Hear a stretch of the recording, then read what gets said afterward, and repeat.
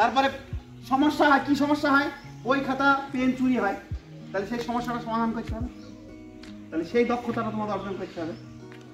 একটা বাচ্চা পড়ে গিয়েছে, হাঁটু ছিঁড়ে গিয়েছে, লেগে গিয়েছে, আহত হয়েছে, তাহলে তাকে কি করতে হবে? শুশ্রূষা করতে হবে। তো কে শুশ্রূষা করবি? যার ভিতরে সমানুভূতি, এমপ্যাথি আছে, যার ভিতরে এমপ্যাথি নেই, লেগেছে ওর লেগেছে, আমার দেখার দরকার নেই। ফ্রেন্ডশিপ, বন্ধুত্ব গড়ে তুলতে হবে, এটা আমার দক্ষতা। বিদ্যালয়ে আসে কি দক্ষতা গড়ে তুলতে হবে?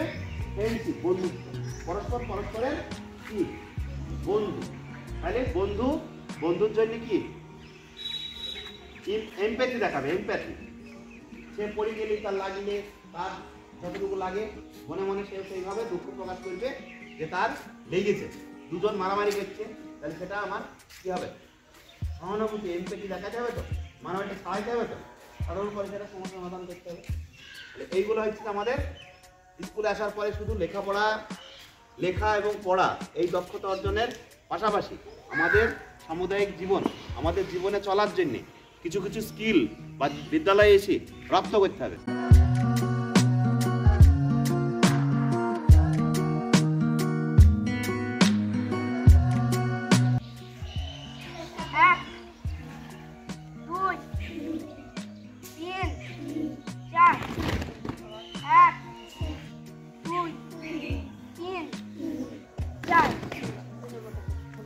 এক, দুই, তিন, চার, এক, দুই, তিন, চার।